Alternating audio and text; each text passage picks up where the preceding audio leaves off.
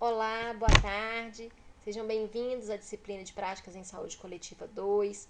Sejam bem-vindos ao segundo semestre de 2020.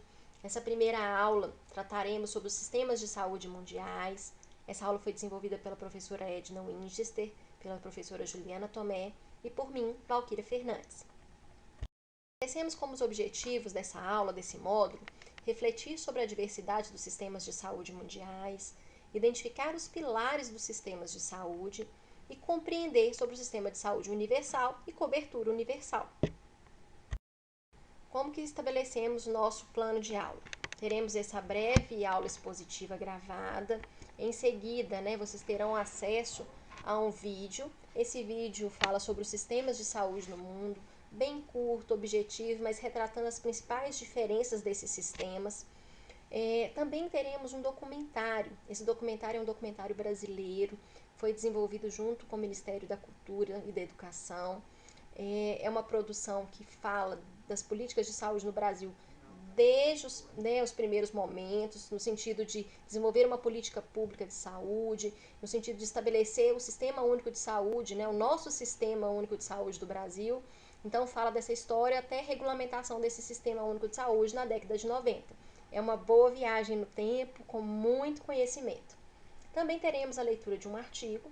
Esse artigo vai tratar justamente sobre o Sistema Universal de Saúde e a cobertura universal, Vão tratar aí dessas diferenças, se existem ou não, quais são, quais os riscos para os sistemas de saúde que aderem a uma cobertura universal ou a um sistema universal. Só lembrando que no Brasil nós temos um Sistema Universal de Saúde, e nós vamos falar mais um pouco sobre isso mais à frente.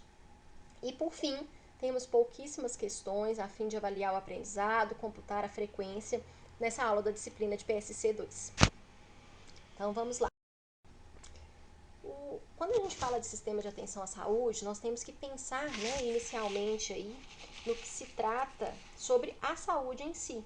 Lembrando que a saúde é considerada um bem inalienável e não passível de acumulação, é um elemento chave para o progresso global, tem um papel fundamental no âmbito social e econômico.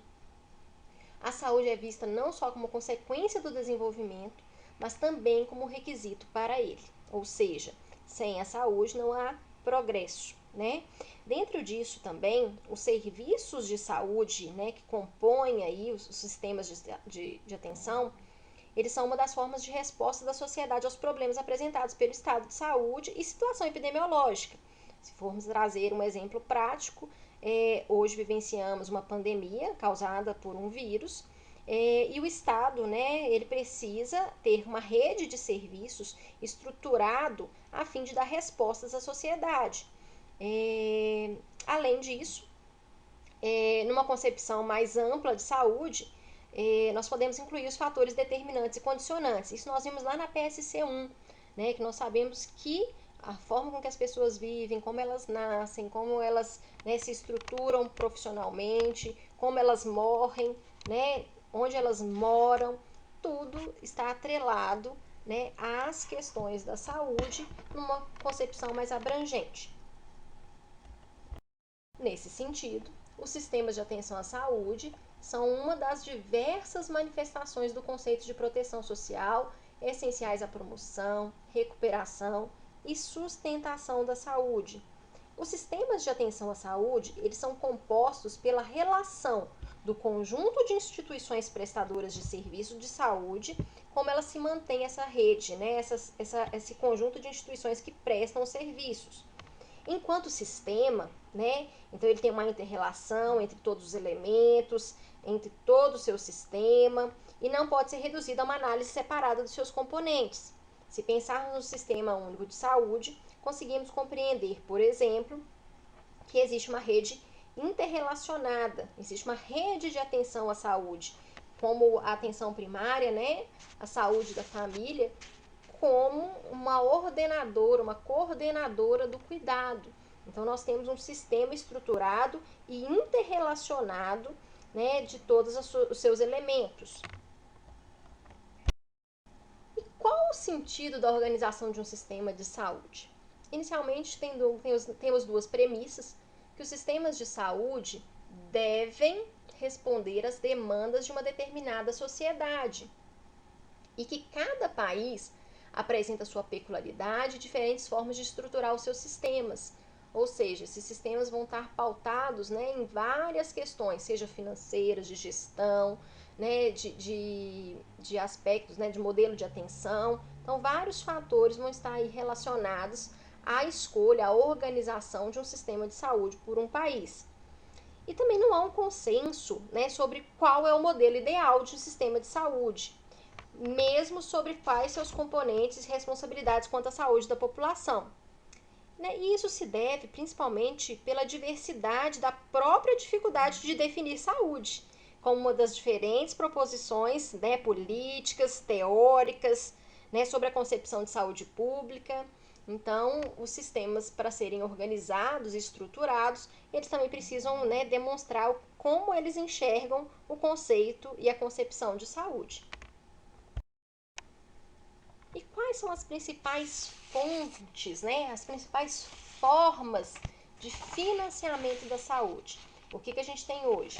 Impostos e taxas, contribuições sociais, seguros e planos de saúde privadas, né, da rede particular ou da saúde suplementar, desembolso direto, aquilo que o indivíduo despende do próprio bolso para custear, né, a sua saúde, o seu acesso à saúde, doações, caridade ou serviço de voluntariado.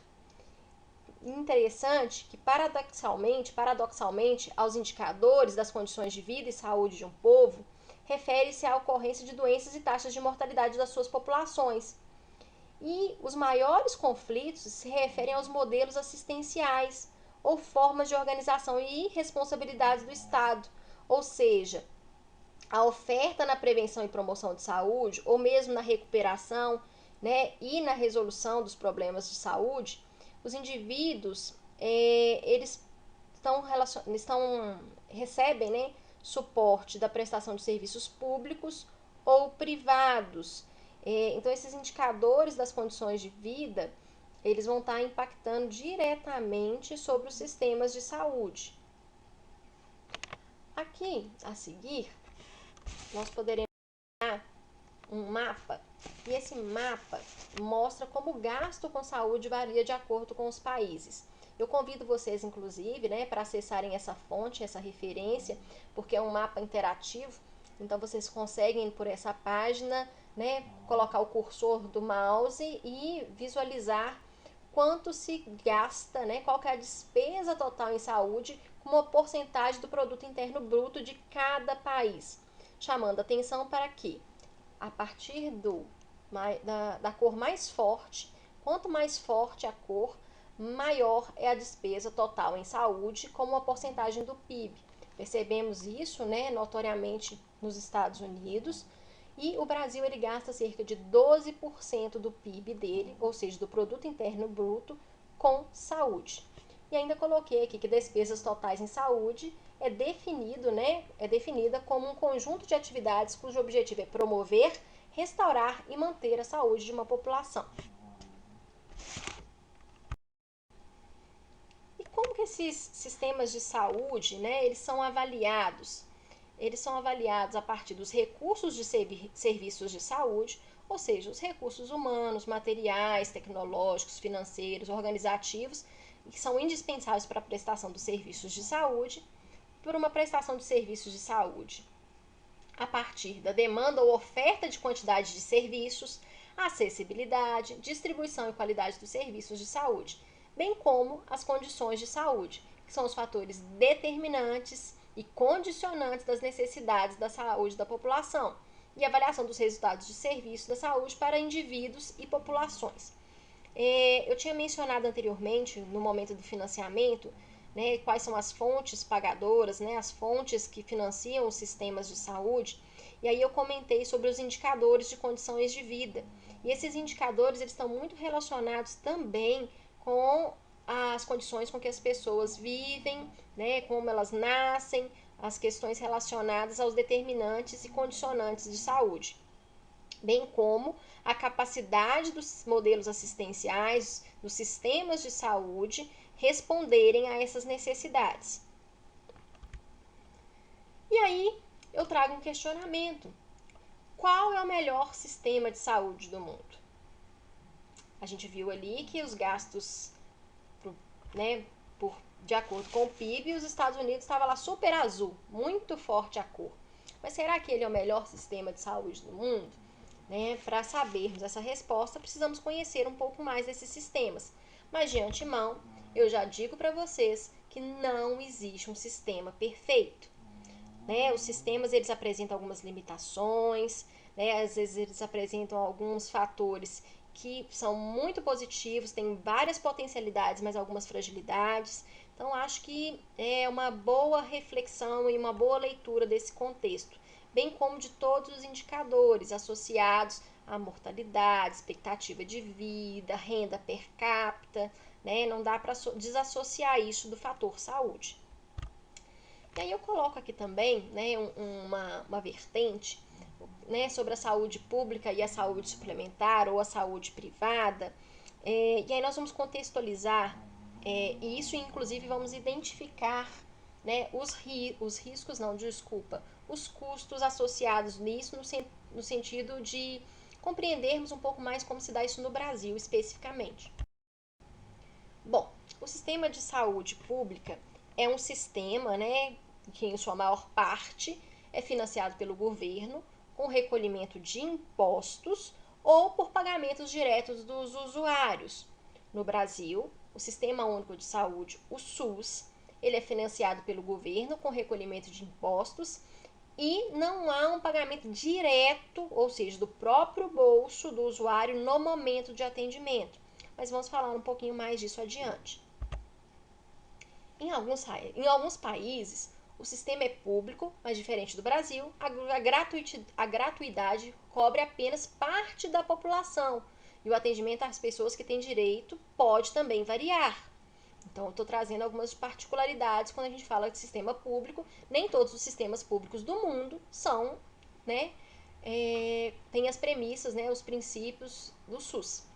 Nos países reconhecidos por possuírem um sistema de saúde público e universal nós estamos falando para todos, como Reino Unido, Canadá, Dinamarca, Suécia, Espanha, Portugal e Cuba, né, tem algumas particularidades nesse sentido de cobertura. Já o sistema de saúde suplementar na rede privada é um sistema que necessita de pagamento direto do interessado em contratar o serviço. Tem uma charge aí que mostra pra gente, né, um paciente, né, um usuário do serviço internado, e aí alguém, né, um corretor de seguros ou de plano privado, pergunta para ele, quer ver o preço do nosso plano de saúde? E ele fala, os preços é que me deixaram doente, porque nós sabemos que os indivíduos precisam, aqueles que têm uma saúde suplementar acessível, eles precisam despender do próprio bolso, dos próprios recursos, uma boa porcentagem da sua renda para essa finalidade. Então, para a gente refletir um pouco, trazendo para o contexto, né, da saúde pública e trazendo para o contexto do Brasil, todos os brasileiros conseguem custear um sistema de saúde suplementar? Ou se custeasse, teriam todos um atendimento integral, ou seja, desde a prevenção, a promoção, a recuperação e reabilitação? Então, estou trazendo alguns questionamentos para trazer à nossa mente algumas questões que vivenciamos e talvez não tenhamos essa reflexão ao longo do tempo. E aí eu coloco aqui uma informação, esse post viralizou no Twitter, inclusive, que o Sistema Único de Saúde, né, que o Brasil é o único país com mais de 100 milhões de habitantes que assumiu o desafio de ter um sistema universal, ou seja, para todos, público, ou seja, sem um dispêndio direto e imediato, né, e gratuito de saúde. Além disso, eu até coloquei uma consideração aqui, que hoje a população brasileira ela já é de 210,5 milhões de brasileiros. Então, temos 27 unidades de federação, 415 regionais de saúde, regiões de saúde, mais de 5.569 municípios além do Distrito Federal, né? Temos mais de 150 mil estabelecimentos de saúde, quase 43 mil unidades básicas de saúde e que são compostos por praticamente 33 mil equipes de saúde da família. Então, só para a gente contextualizar aí um pouco essa questão do Sistema Único de Saúde, já que nós estamos falando de saúde pública e falando de saúde particular. E aí, uma informação aqui interessante, e que eu chamo a atenção para ela, é que 75% dos brasileiros dependem exclusivamente do SUS. Ou seja, eles não têm um suporte privado, nem um convênio associado à empresa, né, ao vínculo empregatício. Então, quando eu perguntei anteriormente, né, sobre o sistema de saúde suplementar, só 25% é coberto pela saúde suplementar. Então, né, nós temos aí que 75% vão depender exclusivamente do SUS. Lembrando que mesmo aqueles que têm saúde suplementar, eles também têm um acesso livre ao Sistema Único de Saúde, tendo em vista que ele é universal e ele é para todos. E aí, nós temos uma fala aqui que menciona que temos mais população e financiamento público que chega a 1/3 de outros países na saúde. Mas mesmo com essas dificuldades, o SUS tem cumprido uma função de priorizar os mais vulneráveis e os mais expostos. E aí, só para retratar, um dos grandes desafios que nós temos no Sistema Único de Saúde está no subfinanciamento. Nós temos uma PEC que foi aprovada em 2016, congelando inclusive os gastos públicos nos próximos 20 anos. Em 2016 ela foi aprovada. Então isso mostra ainda o subfinanciamento que ainda vai estar mais latente, nos próximos anos. Estamos vivenciando aí, uma transição epidemiológica e demográfica. Então vários serão os fatores que vão incorrer diretamente sobre essa questão do subfinanciamento e com grandes desafios para esse Sistema Único de Saúde conseguir atender de forma universal. Tem um panorama aqui que eu achei muito interessante, porque ele vai constatar aquilo que a gente acabou de mencionar anteriormente, que a saúde pública ela atende 75% da população brasileira, então, e que nós temos um investimento na saúde pública de 103 bilhões para 75% da população brasileira. Ou seja, ele investe, o sistema público, a saúde pública, 103 bilhões por ano. Quando a gente faz um contraponto com a saúde suplementar, ela só atende 25% da população brasileira e ela tem um investimento de 90,5 bilhões. Então a gente vê aí essa questão, do investimento público em detrimento do privado e vemos a população beneficiada. E o número de médicos no Brasil, nós tínhamos 453.726 médicos. Entretanto, eles também são distribuídos de forma desigual pelo Brasil, com grande concentração nos grandes centros urbanos, com maior industrialização. E além disso, eu coloco algumas outras questões, que 15% da população hoje tem um diagnóstico de obesidade, 25% tem o diagnóstico de hipertensão, 6,9% da população brasileira tem diagnóstico de diabetes, e eu faço um posicionamento de retratar que isso é o diagnosticado. Nós temos aí, que são doenças silenciosas, a hipertensão e a diabetes especificamente, que às vezes o indivíduo fica assintomático por um longo período de tempo, e às vezes quando tem-se o diagnóstico, esse indivíduo já tem inclusive complicações crônicas. E aí é para retratar que diante desse contexto, diante desse cenário, diante ainda de um cenário com aumento da expectativa de vida, com uma tripla carga de doença, o Brasil hoje, por exemplo, a gente ainda trabalha, a gente tem a realidade das doenças infecto-contagiosas, mais que nunca estamos vivenciando aí uma pandemia, inclusive, nós temos as doenças crônicas não transmissíveis, aí coloquei grande prevalência para hipertensão e diabetes, dentre outras, e também temos as causas externas, causadas aí por acidente de trânsito, dentre outras circunstâncias. Então é um grande desafio manter uma saúde pública, com acesso universal, gratuito para toda a população, tendo em vista também aí a questão das dificuldades do SUS, que estão associadas à má gestão e ao subfinanciamento. Então acho que essa imagem complementa a frase anterior. E aí, a gente vai passar agora um pouco, embora eu já tenha comentado de certa forma sobre o Brasil, nós vamos comentar um pouco sobre os sistemas de saúde no mundo, especificamente em alguns países, e eu fiz questão de chamar atenção para alguns que também têm mais de 200 milhões de habitantes, tendo em vista que eu já afirmei no início da minha apresentação que o Brasil é o único país no mundo com mais de 100 milhões de habitantes que tem um sistema universal público e gratuito de saúde. Na China, o sistema público de saúde não é gratuito. Existem os seguros de saúde públicos e privados. O seguro público é financiado em conjunto por empregados, empregadores e pelo governo. A depender também se a região é urbana e rural, porque existe uma grande diversidade, né, do acesso aos serviços de saúde dentro da população urbana e rural na China. Além de ajudar a financiar o seguro de saúde em si, os usuários, né, os pacientes, eles têm que pagar taxas pelos atendimentos e medicações prescritas. A parte desses gastos até podem ser reembolsados posteriormente, mas ele tem um desembolso direto e imediato. Estimativas mostram que em 2011 a parcela da população coberta por seguro de saúde público na China já passava dos 95%. O sistema de saúde chinês era universal e gratuito até a década de 80. Entretanto, a partir daí sofreu diversas reformas e tem-se hoje que ele não é um sistema de saúde público gratuito. Um outro país que trouxemos, né, especificamente por também ter mais de 200 milhões de habitantes, fazendo uma comparação, é a Índia. O acesso à saúde é um direito constitucional na Índia.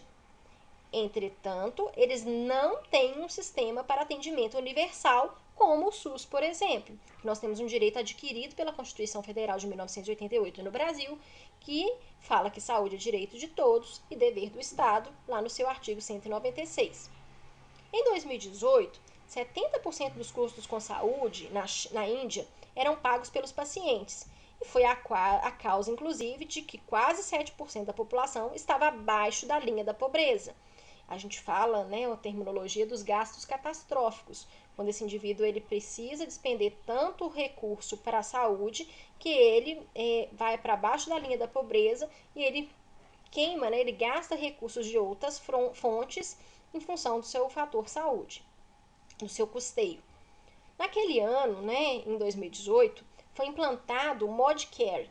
Era uma referência ao primeiro-ministro e esse programa ofereceu cobertura de até 500 mil rúpias anuais por família.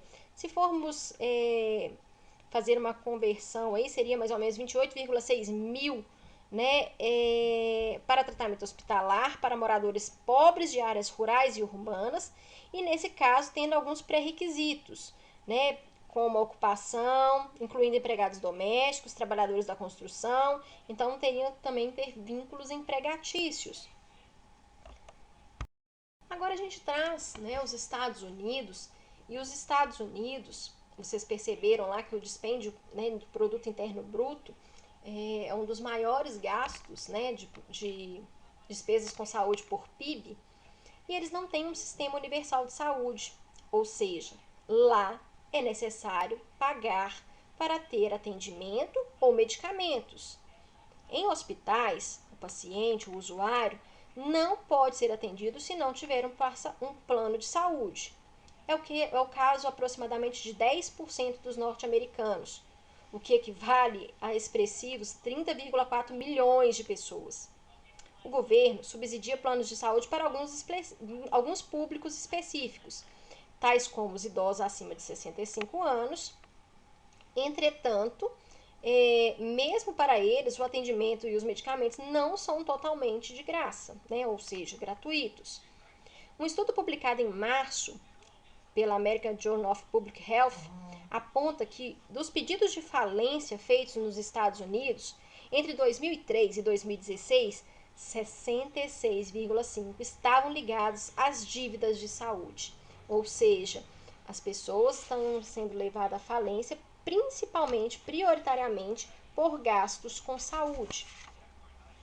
Além disso, nos Estados Unidos, né, como eu mencionei que eles têm um sistema de seguro social criado aí para maiores de 65 anos, ou Medicare, para aquelas pessoas que contribuíram por meio de impostos ao longo da vida.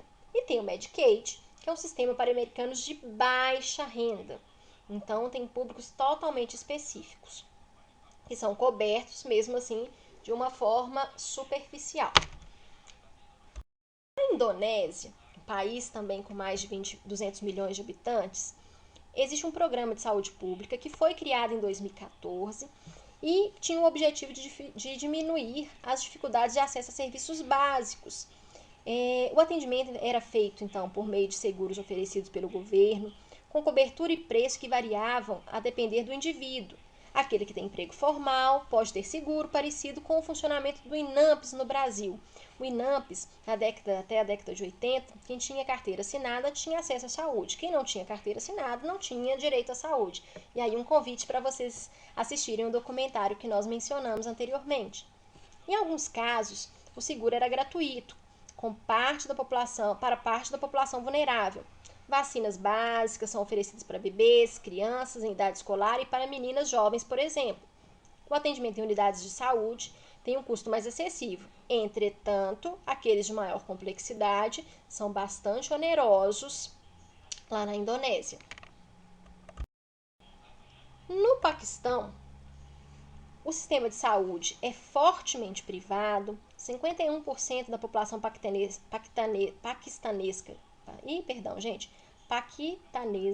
não tem acesso a serviços básicos de saúde. O sistema de saúde é público e é descentralizado, o que significa que ele pode variar entre as diferentes regiões do país. Em 2015, o ministro do país lançou um programa para aquelas pessoas que estavam vivendo abaixo da linha da pobreza, e aí para a gente ver isso em número, eram 4,7 milhões de pessoas para serem beneficiadas. E esse programa consistia em fornecer alguns cupons de saúde que tinham um valor fixo para cobrir serviços emergenciais e de maternidades. E também tinha um segundo vale para 7 doenças consideradas como tratamento prioritário, dentre elas diabetes, câncer, câncer e HIV. Na Nigéria, eu passei para em Cuba, o que a gente percebe nesse sistema de saúde de Cuba? Em Cuba,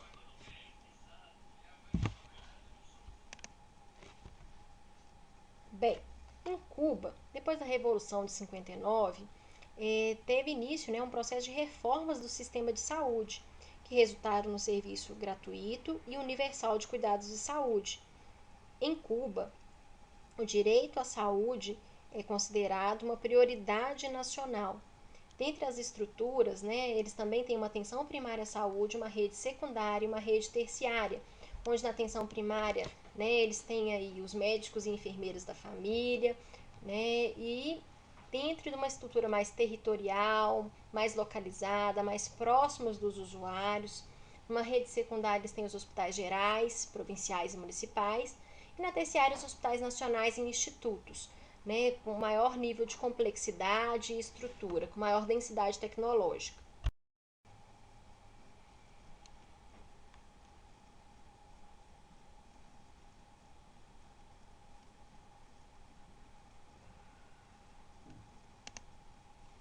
Desculpa, acho que cortou aqui. O Reino Unido, ele tem um modelo centrado no médico generalista, tem um foco central na atenção primária em saúde, assim como em Cuba. E em 2014, o governo investiu 16,52%. Na Alemanha, o sistema é universal. Entretanto, existem dois tipos de seguro de saúde: os fundos sem fins lucrativos ou os privados. Entretanto, os alemães precisam se vincular a um deles, estar vinculado a um deles. Aqueles trabalhadores assalariados, que ganham menos do que 50 mil euros ao ano, são automaticamente vinculados a um fundo de saúde, com taxas iguais, independente da faixa etária, sem carência, sem avaliação de comorbidades anteriores para sua vinculação. Em Singapura, existem 2 níveis de atendimento: um do setor público, parcialmente subsidiado e privado, e um com fundos do governo, que custeia 80% dos custos são subsidiados pelo governo. Na Suíça, o plano de saúde privado é pago pelos usuários. O governo paga parte dos serviços para a população mais carente. Na Dinamarca, os serviços públicos de saúde oferecem médicos generalistas e especialistas e possuem um sistema de coparticipação, ou seja, né, gastos onde o indivíduo precisa custear uma parte também. No Canadá, a saúde é pública, entretanto, os gastos odontológicos e medicamentos também podem ter coparticipação por parte do usuário ou do paciente. E é um dos grandes modelos também de saúde pública, e sendo aprovado por 85% da população em virtude do seu modelo de saúde. Bom, e na América Latina? Como fica a América Latina diante desse contexto? Nós temos especificamente países como a Colômbia, que o sistema geral de seguridade, que é um sistema geral de seguridade social e saúde, não tem universalização, é financiado por contribuições, impostos e pagamentos diretos, tem a prestação dos serviços empresas promotoras de saúde e tem uma variável aí, um mix de público e privado. E um grande desafio são as brechas de cobertura com o aumento dos custos desses seguros sociais de saúde.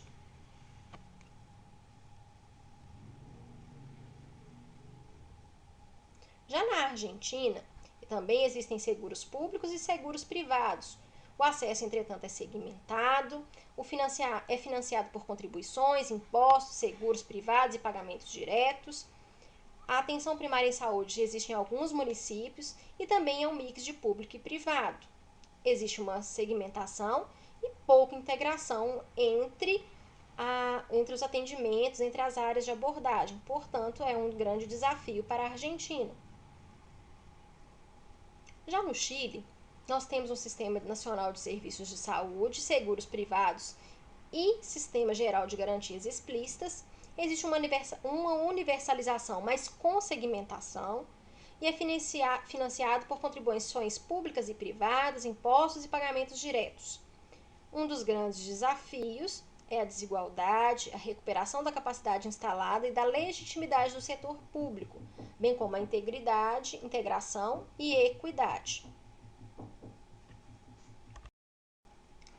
Bom, e aí, diante de tudo que estamos falando, de serviços públicos, gratuidade, custos privados, eu questiono: o Sistema Universal de Saúde e cobertura universal são sinônimos? Nós já sabemos que para essa resposta há de se pensar e de se compreender o que é um sistema universal, ou seja, para todos, e o que é uma cobertura universal. Inclusive, na concepção desses conceitos, há algumas divergências. Portanto, eu encorajo vocês a lerem o artigo Sistema Universal de Saúde e Cobertura Universal, porque ele retrata de uma forma muito explícita esses aspectos. Mas só para adiantar e deixar um pouco de curiosidade, a cobertura universal ela está relacionada a uma redução do papel do Estado, restringindo a regulação do sistema. E o que a gente vê de interessante? Aqui a saúde ela é muitas vezes transformada em mercadoria por atores do setor privado. A saúde é um bem ou um produto. Quem não pode pagar pela mercadoria ou serviço não tem direito.